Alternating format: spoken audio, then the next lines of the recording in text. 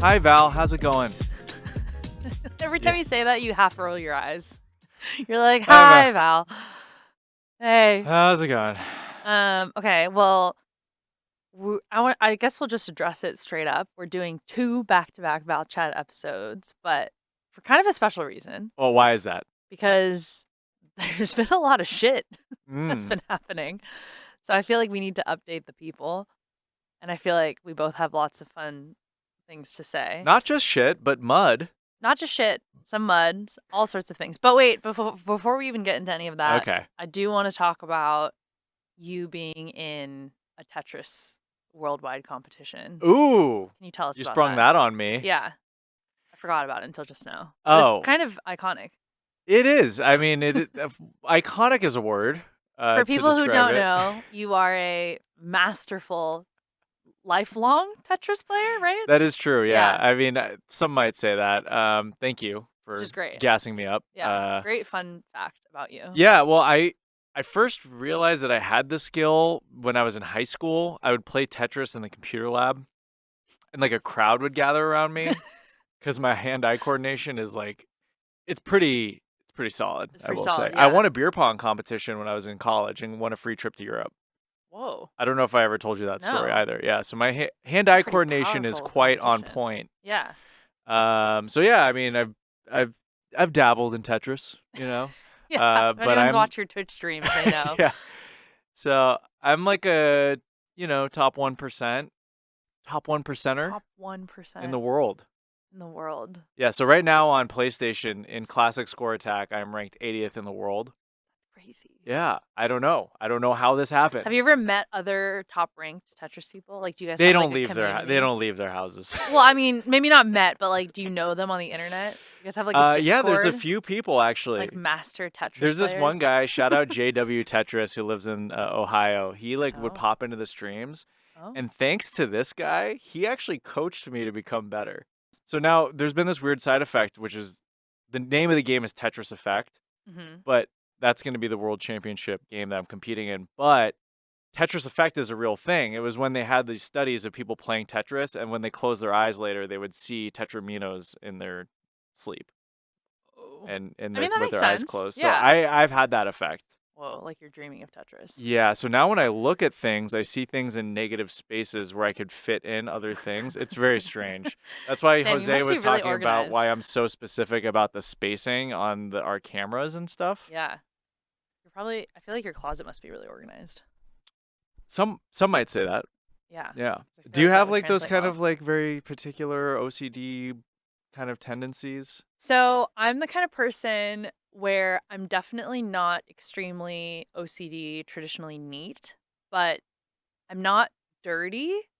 I'm like kind of in the middle of like messy, but I know where everything is in my mess, Right. if that makes sense. And I'm Yeah, not yeah, like yeah. actually that messy. It's just more like things will explode and then I'll be like, okay, I gotta get it together and I'll like clean it up and all that stuff. But like I know exactly where everything is most of the time. There's some order to the chaos. It's all in here. Okay, that's I can't good. train anyone else. It's all That's in here. good. So. Well, hey,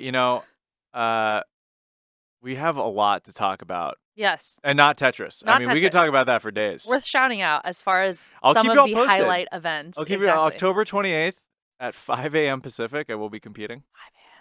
5 a.m. Yeah. Crazy. Okay. And well, shout out to Yate and Icon Collective home. Music Production. Just having us here. Yeah. Icon Collective cozy Music home. Production School. I mean, it's nice. Jose on the ones and twos.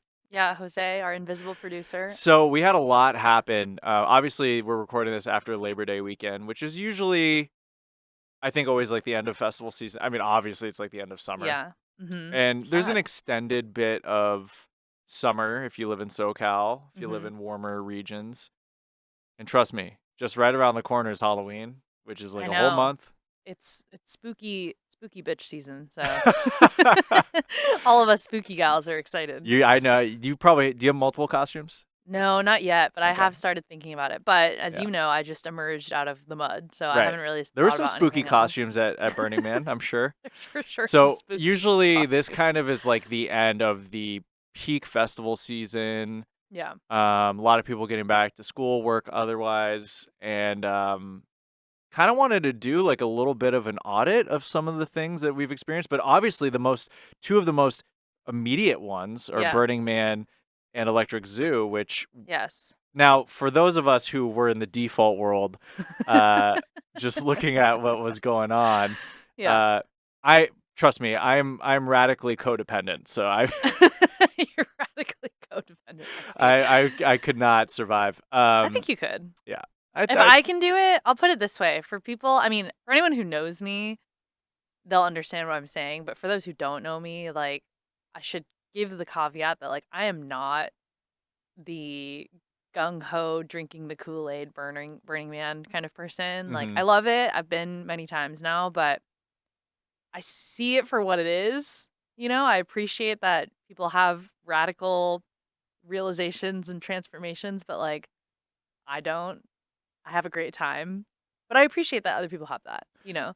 Yeah, and I think that that qualifies you maybe for being a good person to ask kind of well, I've never been. I've Yeah. never been to a burn, so Yeah. I'm quite the layman. So I will Yeah. ask you some questions about kind of what unfolded this weekend and Yeah. also comparing it in relation to other burns. You know, like Yeah. I saw that your post in a very Val way because it wasn't the common narrative that you might have heard. You said this is one of the best burns Mhm. that you've been to. So Yes. that was different, you know. It was, but I feel like anyone who, I mean, everyone knows someone who's been to Burning Man, I guess, at this point, but I feel like a lot of people who went this year said similarly that it felt like it was one of the best years. And I don't think that, I think maybe there's a small percentage of people who are saying that just to spite all the crazy media backlash that happened after it rained and, you know, rumors of Ebola and fish, The fairy shrimp. fairy shrimp spawning out of the ground. Obviously, none of that was true. Yeah. Um, but I do think for those who are familiar with the world of Burning Man, last year was a really important year for the organization because it was the first real year back from COVID post pandemic. And it was also a really challenging year because one, all the logistics of taking a few years off and then coming back was really difficult. Financially, I think it's been difficult for any kind of event producer. And then also the weather was really horrible last year. Like it was so hot that people were basically dying all week long. So this year it was like perfect weather. It did start off with some like nervousness because there was rain in the beginning and it's Burning Man takes place in the desert, so when it rains, the water just kind of like sits on top rather than like dispersing or getting soaked into the ground. So it makes it really difficult for it to build. But once that went away, the weather was perfect all week long and everyone was really happy. I feel like we got back in our stride of like year 2 back from post pandemic. And then everyone kept saying, like, things went too well for the first half of the week, so something had to happen. And also, I will say that for everyone being like, God, all these people went out there are so unprepared, the forecast did not say it was going to rain when Yeah. people left. So Yeah. obviously, when you go to Burning Man, there's not that much service out there. Well, there was I mean, I was reading the Reddit, which was difficult because you It's a funny place. yeah, I mean, it was a lot of the posts were like gotcha posts where Yeah. like the first couple paragraphs were like very straightforward, Yes. and then by the third they were like, and then the fairy shrimp just ascended from the And ground then and you get on a giant we sand let sea worm and yeah. ride back So to it land. just like it was like a hidden fan fiction. Exactly. So that wasn't a reliable source, but a lot of people were saying that they weren't worried about the burners who had come earlier in the week because they Hmm. would probably be prepared for a week. But Mm. for the weekender burners, weekender only, like a lot of them were turned away, of course. Yeah. But then also like those who were only prepped for a few days would be the ones that probably weren't. Yeah, and I Yeah. guess we should clarify for anyone who's listening who maybe isn't up to date on Yeah, the Burning please. Man news is that the week happened pretty normal according to plan, and then it was I think around Thursday evening when people started getting notice that it was going to rain. And again, like I mentioned before, when it rains in the desert of where Burning Man happens, it sits on the ground because it's the desert, and the dust that makes up the Burning Man playa that everyone talks about turns into a sloppy mud, which I'm sure most people have seen videos of by now. And it makes it impossible for any vehicles to move around because they, one, will get stuck in the mud and also kind of ruin the geography of the area. So they ask people not to move around any vehicles on even bikes. So that's why it became such a disaster because Friday it rained for about 6 hours, which is a decent amount of rain. And it would take at least a day or maybe a day and a half for it to dry, but then it rained again on Sunday. And then Burning Man typically ends on Monday. So obviously that meant that people who were prepared to leave Sunday through Monday were probably going to get stuck for potentially 1 to 2 to 3 extra days. So that's what ended up happening. Yeah, and a lot of the core essence of Burning Man is that they build this mini civilization society, and then Yes. at the end of it, you leave it almost like it was completely untouched. The original ecosystem is intact the way it Yeah. was before. Supposed to be. Yeah, Yeah. it's supposed to be you bring everything in, you take everything out. So do you think they were able to like reset the landscape to where because of all the No. tracks and I mean, and again, like I think there's a big portion of the population that goes that like adheres to the quote unquote rules of Burning Man, right? Like they try really hard, they pick up other people's trash even and try and like make it clean for everyone, but there's obviously always going to be a smaller portion of the people that we all like to talk about and we see the most, like the influencer crowd or the people who just kind of show up in a plane, don't bring anything, have everything prepared for them, and then leave and don't care to like actually help out with anything. But I think even all that aside, when it started raining, there was for sure a sense of panic, and people were like your shoes were literally getting stuck in the mud when you're trying to walk around, and it doesn't rain often, obviously. So I think a lot of people were just fully unprepared, and then also you're burnt out at the end of a whole week. So I definitely think they're gonna end up finding a lot of. It's gonna be like archaeology style. Like it's gonna rain, and then random shoes will just like come up out of the mud, and like random little like Burning Man artifacts. yeah. But they're gonna try. I'm sure it's gonna take a lot longer this year to try and keep things clean. So this was your how many years have you burned? So, How many burns have you how been many on? how many years have I Like- burned? This is my 3rd year going. Okay. Yeah. So you're not one of those, lifetime burners, but in Yeah. the 3 that you've gone to, have you seen an evolution of like the demographics or like the types of people, or has it been kind of pretty similar like Yeah. experience? I mean, that's a good question because I mean, obviously, I started going in 2019, so I'm sure many people would be like, "Oh, like you missed the good golden years of Burning Man or Yeah. whatever," which I'm sure I did. I'm sure pre-phones and everything, it was even better than it is today, but also even more chaotic in many ways.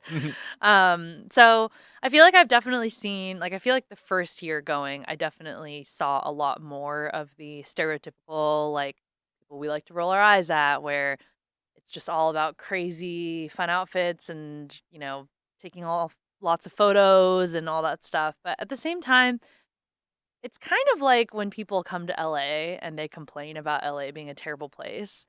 I'm kind of like, it always exists, but it's easy to spot it and easy to understand where it happens once you get a little familiar with things.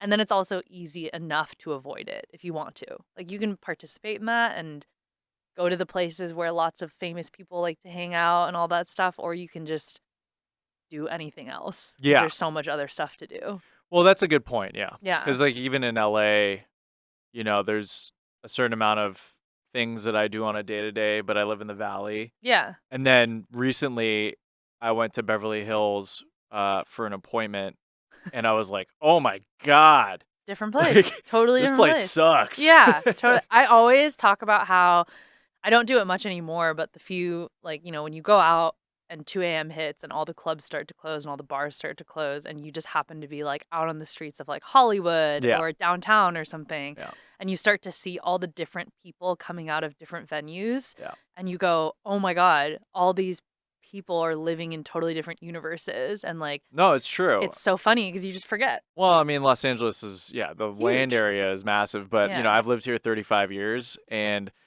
I've only lived in LA County my whole life, but I've lived Yeah. in different areas. So I was in Yeah. the West Side for 6 years, Mid City for 4 or 5 years, the Valley for, X amount of years, and it's like you could ostensibly just keep living in different areas and Yeah. have completely different experiences like their cities. And I think Burning Man for a lot of people has that same kind of feeling where it's like you'll talk to people that are there for music experiences, there are people Yeah. there for just the art, for just some of the community building stuff, Yeah. for some of the more Party party fun things. interesting interpersonal things. Yeah. So, it is for me, I've definitely had some of those people who sing the praises, the religious Yes. experience of Burning Man to me, saying Yes. like, Chad, you will love this. Like, you need to go.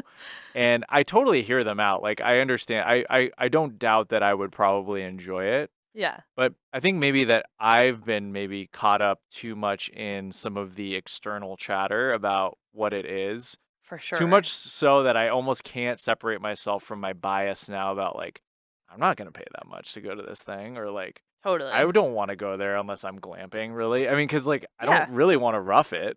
Yeah. I wouldn't camp at Coachella. Like, Exactly. I mean, I'm the same kind of person. Like, I would not. I love it for the experiences that I've had there, but I agree. Like, you have to know yourself well enough to go and have a good time, which I think is the problem. Sometimes people get, like you said, caught up in, the videos that they've seen or other people being like, you're going to have the best time ever. And then they just do zero preparation and they just go and they have a terrible time because it's not a music festival, which is really funny. That's actually been some of the best post Burning Man conversations that I've seen come out so far is people realizing that Burning Man is not a music festival right, and being right, like, wait, so why do people go? And just being right. like, what?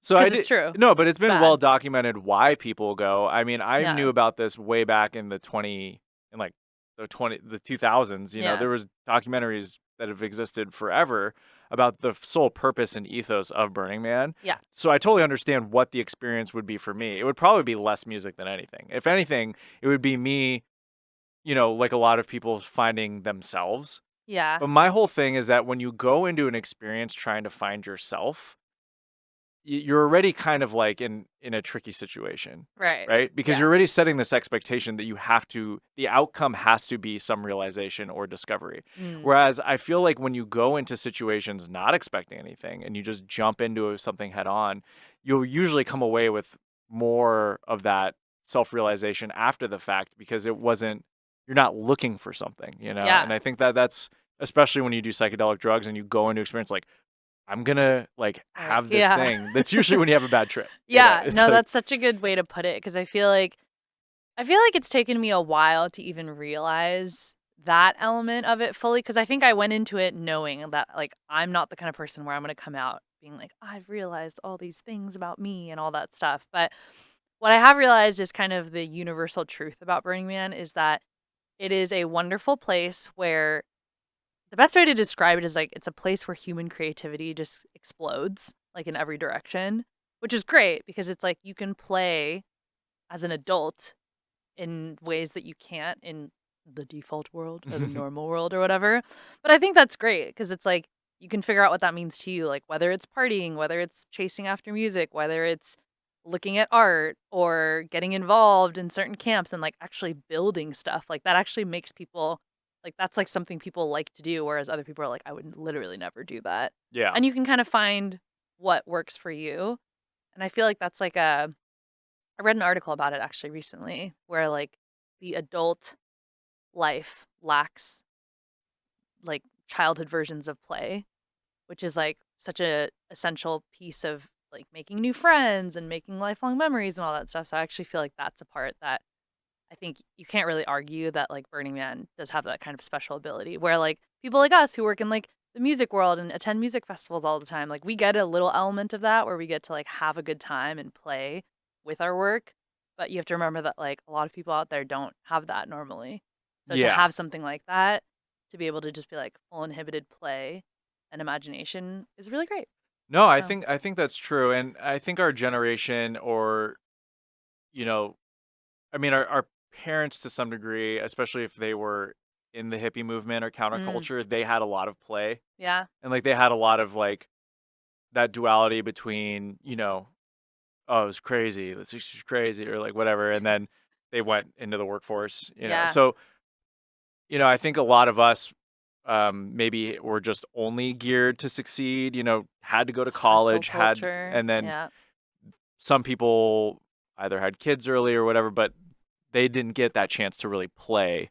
yeah, So, like, Burning Man does offer that experience, but I do also feel like because a lot of people millennials and such, like we kind of grew up in this bubble. Mm, There's been like this extended adolescence in our culture, with like yeah. Marvel movies appealing to the parents more than the kids, or like, Yeah. any sort of children's entertainment also is supposed to appeal, like I go to Disneyland now. I'm not interested. I used to love Disneyland. I'm not really interested in it anymore Mm. because when you go to Disneyland, same thing like Burning Man, it's like a lot of people are using this as like their extended childhood where they can play. Mhm. And I think that's totally great, but there's like a bit of this the need for escapism that like I don't feel at all, anymore. Mm. Um so maybe that's why Burning Man wouldn't appeal to me necessarily right now. Maybe that'll be different in 5 years Yeah. or something. But Yeah. it comes in different waves. Like there was like a time where I got really interested in things like amusement parks, but then Yeah. I was like, why now I'm in like a phase of my life where I'm very not I'm trying to be anti-nostalgic because Interesting. I think nostalgia is A crutch. I think it's a disease of the mind. Well Whoa. Deep takes, deep that's takes. actually kind of like nostalgia was considered in like the late 19th century, early 20th century. Nostalgia was considered a bit of like a delusion, like a Mm. disease of the mind because Yeah. you were like misremembering the past and wanting to live in the past. Right. And Whoa. there's plenty of things about this, and I'm not saying that Burning Man is overly nostalgic, but I think you see it imbued in our music festivals, our entertainment, and everything, where it's like, you're trying to chase this feeling that Mm. doesn't necessarily. It's more of an injection of your own emotional misremembering of the past into the now. So it's like I used to love Star Wars, but most of the recent Star Wars content is not good. So it's like I don't like Star Wars anymore. Like I'm Mm. allowed to like judge Star Wars off of like the things that I'm presented with now, not just like I liked it when I was a child, so it's like completely Yeah. absolved of any criticism. Yeah. And so when you see people who like to go to experiences and escape, I think it has way more to do with like back to this play, this child feeling that you're talking about. Yeah. I mean, there's definitely that. And I will say to cap off this Yeah, Burning Man yeah. conversation of like, we didn't even talk about the fact that I also Well, let's go back I to Burning Man. no, yeah, and I mean, I was just gonna say because I walked out of Burning Man and it was this whole thing because it was honestly hilarious to those of us that were going through it. Like the mud was so crazy that some of us literally put on plastic bags over our shoes to like walk a couple miles out. And to then see the conversation that was happening around it, where like things were just so negative and people were so excited to be negative about that. And I think that relates to the EZoo stuff because we're going to talk a little bit about what happened there as well. But anyone who's familiar with the festival space will know that it also didn't go well for, many reasons on that side of things. But I feel like there's just this like, there's a really weird energy, I feel like, around these moments where maybe it's like the expectation, right? Of like what we were talking about before, that you like go into it expecting that it's going to be so amazing and like you pay all this money when like some other people can't pay that much money to like have this experience. So then when it doesn't go well, the wider public is like so happy to celebrate its downfall. Yes. That's Yes. like a really weird thing that I've noticed and it's Well, very strange. even so this is kind of like the weaponizing of nostalgia too, though, which Mm. is like there's a lot of like old school burners who are Yeah. like, "Pff, I'm so glad I don't go anymore Yeah. because like it It's not peaked the in same. Yeah. 2015."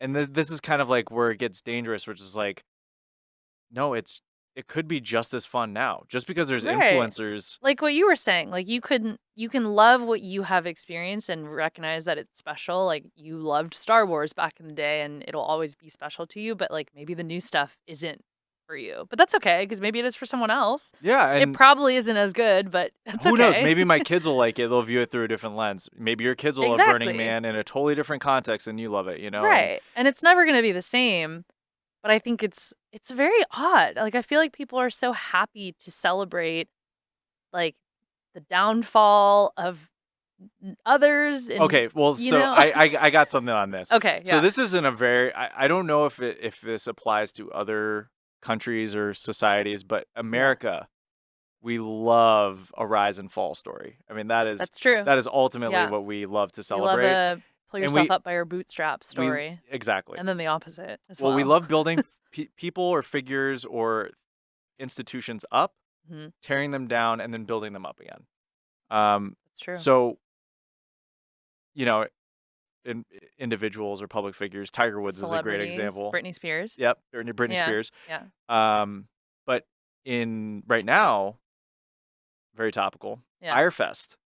So Fyre Fest, I think Fyre Fest is the reason why this past weekend was amplified so much. Yeah. Because Love throwing there that were around. multiple documentaries about Fyre Fest, right? So Too people are many. profiting off of the "I hope this fails" thing. Mhm. So you see Fyre Fest as a label, the same way that someone would be like sellout or any like label that goes around, you know. So Mhm. like, oh, Fyre Fest, this is Fyre Fest happening Yes. again. People It's like, love throwing that around. right. Yeah. So, Billy McFarland, is that his name? The That guy, is his name. he's trying to get The a ultimate scammer. He's bringing back Fyre Fest, and I Yeah. think that there's genuine optimism from some people about, which is just strange. You got to imagine the brand is so strong just because of how much it's been, you know. I know. And so that's the curious thing for me is when I saw that, because I remember seeing the initial news that he was, he made a video promoting it, that he was putting tickets back on sale, and people were like laughing at the fact that he was trying to sell tickets to this event again. And then a couple days later, it turned out his like first tier or whatever it was sold out. And so you said that, people are optimistic about the brand. And I actually wonder, like, do you think that's what it is? Or do you think it's that people are so invested in being part of something? You know what I mean? Like, they want to be there when the Fyre Fest happens so they can have the viral sandwich photo moment, or they can see what crazy stuff goes down and post the video of it. You know what I mean? Like, I almost feel like Absolutely. that's what it is, Well, right? it's like a bad reboot, right? Like, Yeah. a good example is like Arrested Development. This is not a crazy tangent, I promise. The TV show Arrested Development was on Fox for like these years. It was like a cult hit, Yeah. but usually on DVD. It got canceled, and then everyone was like, "Oh, this is the greatest show Yeah. ever."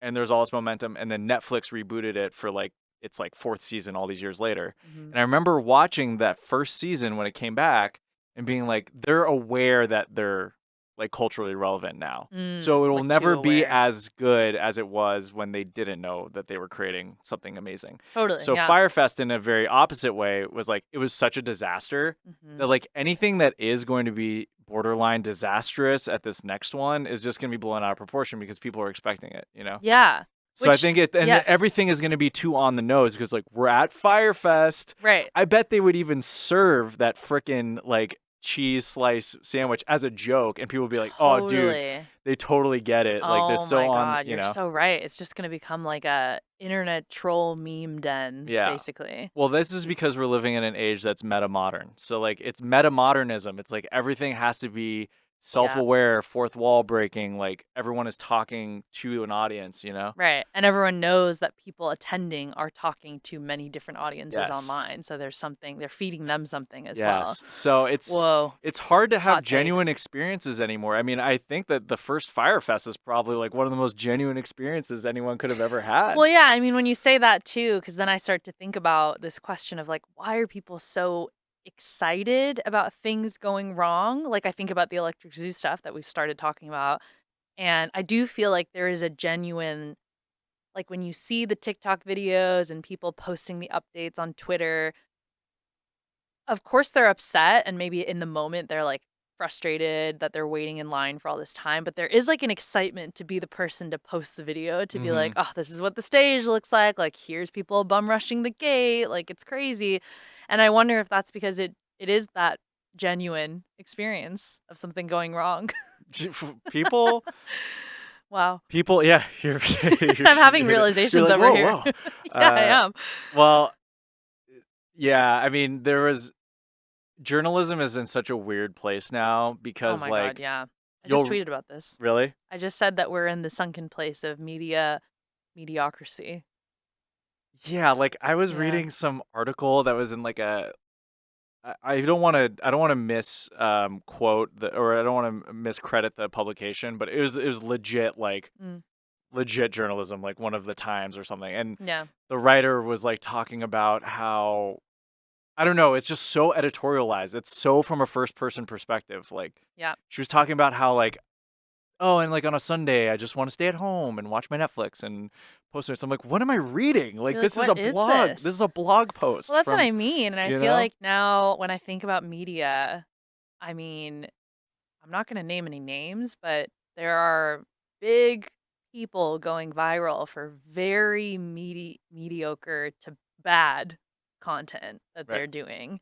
right. And then it's like the other side, I feel like all I see is just like this insane obsession with like celebrity fandom, stan culture, and I'm like, in the end, none of these people know what they're talking about. Like it's just people projecting their thoughts and opinions onto famous people. And that's like all that we have nowadays for some Yeah, reason. So, yeah. yeah, so then that's why I guess going back to your point about the genuine feelings of these like events, like maybe that's what it is. They feel like they're seeing something real and they get to be the journalist who's like posting about it. But Yeah, I mean, because it's, you know, it's hard because like moments are so manufactured, like yeah. uh, anytime that someone performs at the Super Bowl, it's like the bar is so high, no one it's never going to be unanimously positive. Yeah. Only occasionally, but like Shakira and J-Lo was like this amazing Super Bowl. I don't think a lot of people were expecting it to be that good. Yeah. But then there was this whole other contrarian thing about how, it's always going to be, if something's really popular, there's always going to be something that is like equally against it. Yeah. And that was a When it gets shift to a that, peak for sure. Yeah. exactly, yeah. That was a shift that kind of happened in like the mid 2000s. Mm-hmm. It used to be that celebrities were like kind of almost like universally beloved, Mm-hmm. but then with reality shows and now where we are with social media, it's almost more popular to have a negative opinion on public figures or things like Right. Burning Man or things like, because it's just like it goes against the grain, and like having that kind Yeah. of stance, it actually gives you more character or And I feel whatever, like people have the opportunity to have a voice when they maybe previously didn't, right? It's like celebrities used to just be the only famous people because whatever they said went. But then it's like when you can speak and say something controversial about them or negative about them, and then people start to listen to you, Yeah. then you kind of have this like interesting power. Well, But I mean, you know, I the thing about Electric Zoo, like if we'll kind of like move to that conversation, is yeah, that I saw, so much to talk about. I know it's crazy. Um, like in a very different way, I think that now music festivals have become so commonplace yeah. that the consumer, rightly so, because they're spending so much money. And you got to imagine that some people save up for months to just get the Hmm. flights, the hotels, That's their big night out. they get and you know, let's just say going to Coachella Hmm. alone, like it's several $1,000s for a weekend. Yeah. Like if you're gonna get a hotel, you're gonna get the You're tickets, flying from fly, somewhere. yep, Hmm. any of the additional things you need, you're gonna spend a couple $1,000s, Hmm. and so I do understand like why going to some of these festivals, the outside person who's not in that sort of uh privilege Hmm. bubble or whatever, or they're not included in that experience, Yeah. they're immediately gonna, I mean, most people will have like, like a perception of the kind of person that would go to that, or like, Mhm. so you see a lot of that. But I do think the people that do go to these music festivals and have gone to enough of them have been conditioned by enough great experiences, if they've gone to a Coachella or an EDC or some of these like really, well produced festivals, Mhm. and they expect that at every other one that they go to.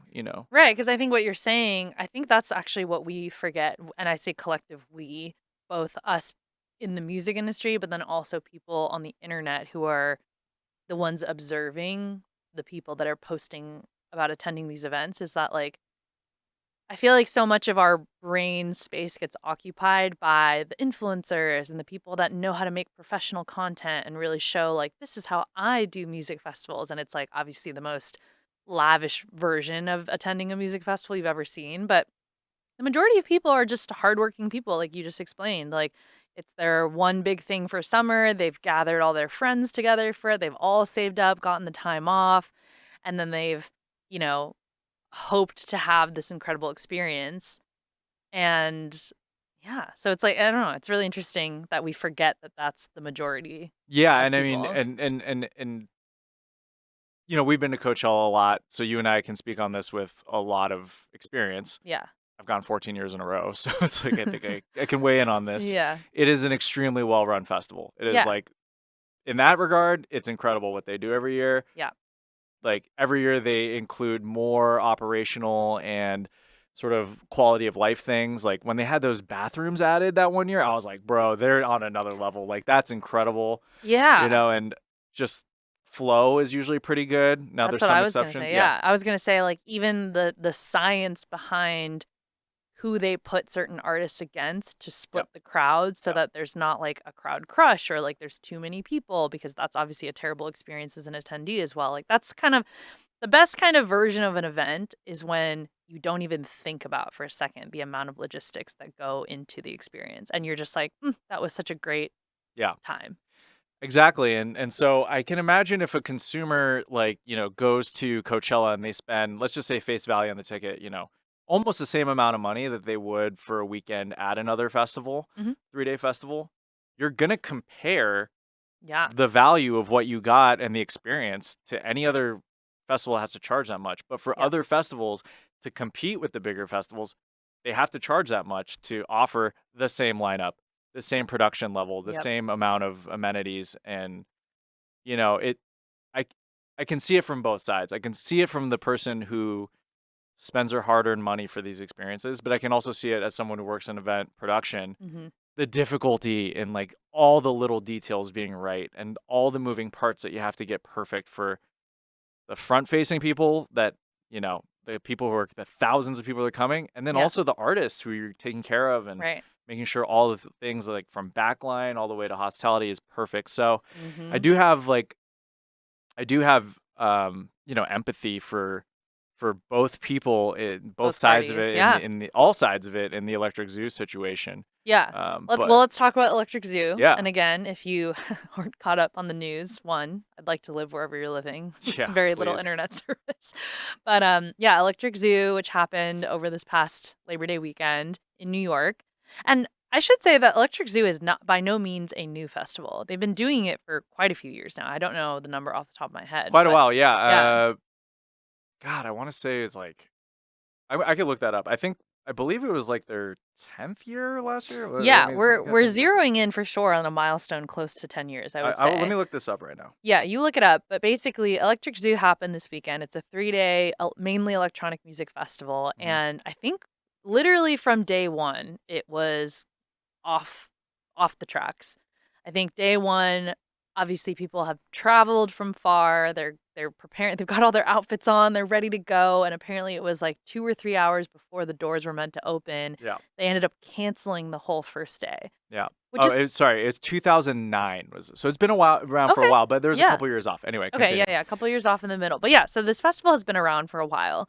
And so first day, couple hours notice, the whole first day is canceled. And obviously that's bad. Like it's not even delaying the doors and like making people wait. Maybe they miss a couple sets. It's like the whole first day is canceled. Hmm.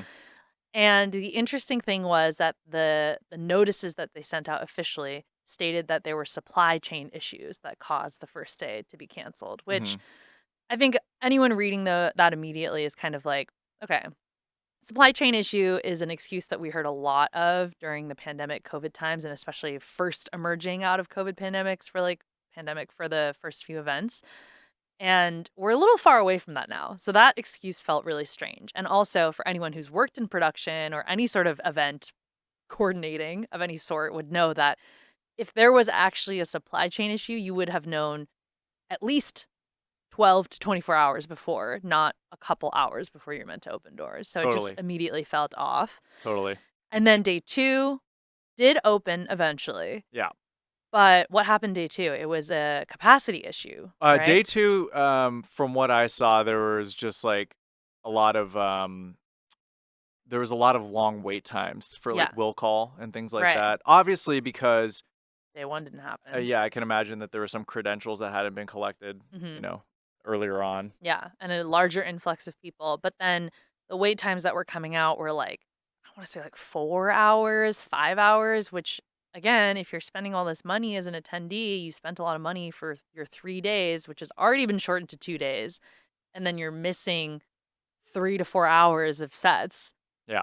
You're already gonna be pissed as Yeah. an attendee. Yeah, and then Sunday obviously was a capacity issue. At Yeah. 5, 6 PM, they announced a statement that they hit capacity. Yeah, they hit capacity by 5 PM, which is very early on in the day, and we're no longer able to allow attendees in. And if you can imagine, if you've ever been to a festival, like the doors might open around, 2 PM, 3 PM or something, but a lot of people don't start showing up until the evening hours for like the bigger sets towards the end. And not only that, there was a viral video of people who had been waiting in those really long wait times for so long, getting so frustrated that they couldn't get in, that they ended up just bum rushing the security gate and just Yeah. jumping over security um, checkpoints and going into the festival, which is not only scary if you're in the line and in the rush trying to get in, but also scary as an attendee when you're like, oh no, people are not getting checked for security and just running into this event. I watched a lot of the Yeah. New York local news coverage of this, Yeah. and I mean, it they were reporting it. It did feel like when you see people reporting on something and like their Yes. face and the way that they already have this like opinion of it before they're even reporting on it. Yeah. So, of course, yeah, it was like a harrowing experience and really disappointing for some people. I will say that like we love sensationalizing things, and you could tell that like r- reasonably so. There's been a lot of instances of like crowd crush and really horrific things that have happened in the last Yeah. few years with concerts. So I can understand like the public safety issue. Um, just the so many things that need to be addressed in that regard. But then also like you're saying again from the local news, like they wanted this thing to fail. Like there's no question that the story was this thing is a disaster. And so Yeah. I think it's hard to like parse through, experiences from people behind the scenes, the fans. Mm. I read a Reddit recap from like all these people who were at Sunday at Mhm. EZoo. It was mostly positive. People were like, "Yo, yeah, it was pretty packed, but dude, it was freaking awesome." And I think that a lot of it really comes down to the music. If people Huh. really liked the music and they had like, they had their like decent, um, space or whatever. Yeah. Um, I don't know. It's really interesting. Like, I think that I think that there's a lot of people that want these things to not go over well, and Yeah. so you know, I I do understand like a lot of the issues that they faced, and I'm sure a lot of them were probably brought onto themselves. I mean, we don't know, but it does feel like once the ball starts rolling on that narrative, it's hard to like stop the momentum. And then everyone's For checking in sure. on day 2. Oh, did it happen? Like, is Yeah. this? And then day 3, that maybe it was only a couple hundred people that rushed, but then people are like, dude, thousands of people rushed in. Mm. So it's like hard to like really identify what happened. I'm sure all in all, they would like to have a do over on the whole thing. And it will But be interesting to see if they get that opportunity right, because right.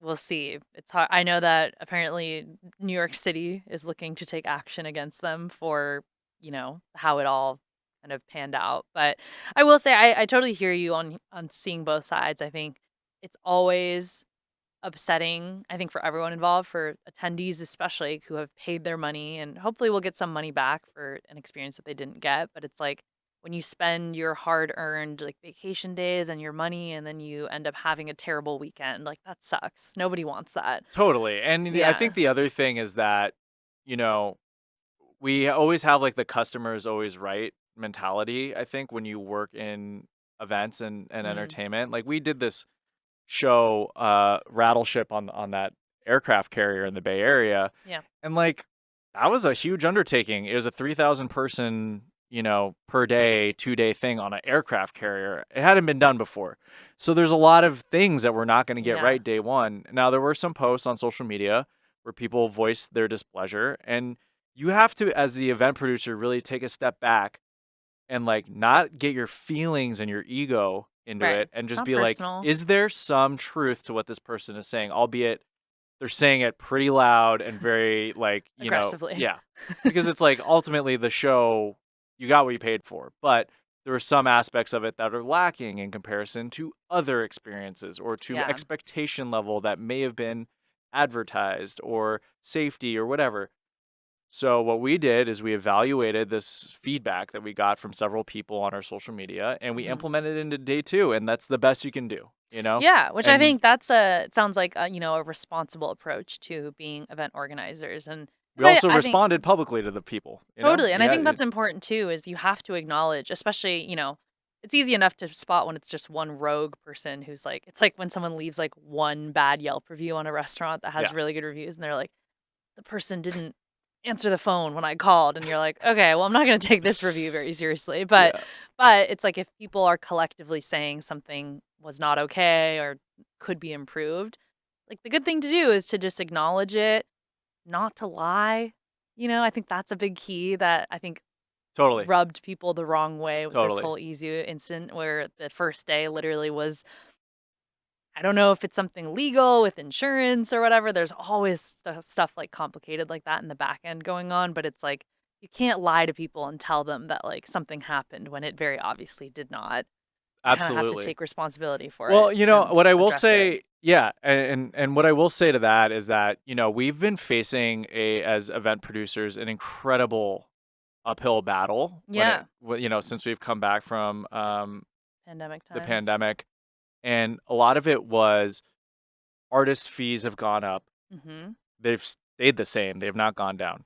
Production has gone up. Mhm. Staffing has been incredibly difficult to do. People just, especially from as soon as things came back from lockdown, you would hire people and just some people just wouldn't show up, Yeah, which And is crazy. yeah, and so you almost have to overpay just to get people to show up. Mhm. And so there's just like a lot of things with labor, with production and permitting that just like I think that you have to just get that stuff down because that is what Yeah. makes the show happen. But Yeah. it is so incredibly difficult. Like the targets are constantly moving and the Yeah. goalposts are always changing. And I think for event producers to produce something that is on par with the experience that other people expect, having gone to some of the Live Nation produced Yeah. festivals or some of the bigger things, it's like it's really hard. Especially at scale when it's very big, lots of Yeah, people. and Yeah. you have to like go bigger to make more to actually make money, Yeah. and so it's a very interesting time for music festivals. I think a lot of people thought the bubble had burst on music festivals, but like we're Mm. seeing like, since last year, we're seeing incredible amount of demand. So much so they couldn't even let people in on Sunday at EZoo for music festivals. Yeah. So it'll be interesting to see how the American music festival landscape changes Mm. in like, with all of these things in mind.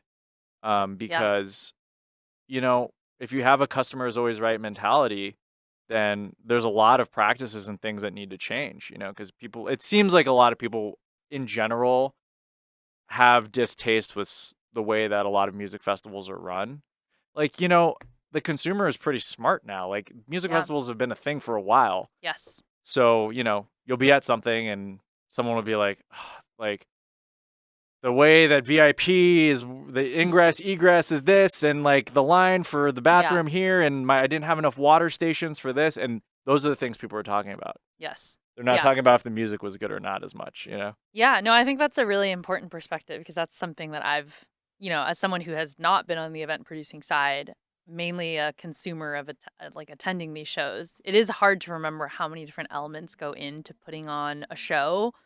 Like just even one local show, much less a huge music festival where attendees are coming from all over the world or something like that. So I think it's an interesting time because it's going to be interesting to see one, how this kind of EZoo saga continues to unfold. It's very much still ongoing, and we'll see next year how things continue. But it's also important to remember, I guess, as a attendee when you're spending your money, there's a lot of hard work that goes into it. But that doesn't mean that if you notice something that it was worth shouting about and addressing, like, it is worth to say that, and I don't know. I guess our standard is going up a little bit for these kind of events, but it's also very challenging at the same time. But And don't worry, there's going to be plenty of people sitting on the sideline waiting to dunk on you if it doesn't go right. basically what we're saying is don't get into the event producing business unless you have thick skin and you really love what you do. I know. You got to really be able to. I mean, one of these comments can, for me, sometimes it could just really ruin your day, but it's. Oh, no, don't ruin Chad's day. Don't ever be mean to Chad or Brownies in Love or any event producers, because there's a Chad on the other side. Thank you. Being sad. We're real people. But yeah, I mean, it was interesting seeing music festivals and festivals being. One thing I didn't like is like, I was on Reddit a lot, but like you go into the Coachella Reddit and then the people in the Coachella Reddit are like, aren't you guys so glad that Coachella isn't run like this? And it's just like, dude, come on. Like, I know. And like, don't get me wrong. What are you even saying? I love me some Coachella, but like this has nothing to do with y'all. Like, no. And it's honestly, and that's the other thing is I think, you're saying something like Electric Zoo happening does affect the American music festival scene like as a whole, and I feel like that's something that we don't think about or don't like communicate effectively as like a community on this side, because like I feel like in the UK, and maybe just because it's by nature it's smaller, so it just feels like you're like all together in it, but like when one major music festival in the US doesn't do well, that doesn't bode well for everyone else, and that means so we want the music festivals to succeed because that means that you're going to get more of them and better ones, Yes, and everyone is exactly. going to be better because of it. But, yeah, if you love music, I think that you feel the same way. But I think there's a lot of people that they just don't like that part of America, like about the American nature is that, there's, yeah. You're like, wait, let me not say what I'm about to say. I was like looking at you because it looked like you're about to fire something off. So no. I mean, I don't even know what our final thought is here, but I think it's just an interesting time to look at all the crazy shit that happened recently and think about what that means for us moving forward. Well, what I think it means is that Fyre Fest Tier 2 is still available. So if you really want to shake things up. Sponsored by Fyre Fest. If you really want to shake things up. But yeah, I mean, it was, I see a lot of promise for where music festivals are going, but it's hard not to think that we've like seen it at its best. Ooh. You know? Well, I think what comes up must always come down. And I do actually, interestingly enough, after this conversation, especially, and just thinking about, my own experience at Burning Man and seeing all this stuff go down, I feel like we are, for many different reasons, entering a downward slump. And I don't think that means that like things are all going to be bad by any means. I think we're going to have amazing events and beautiful like artist breakthroughs and moments and stuff like that. Like we'll always have those, but I do think that there's been a lot of challenges. There's a lot of people interested in music culture and festival culture right now.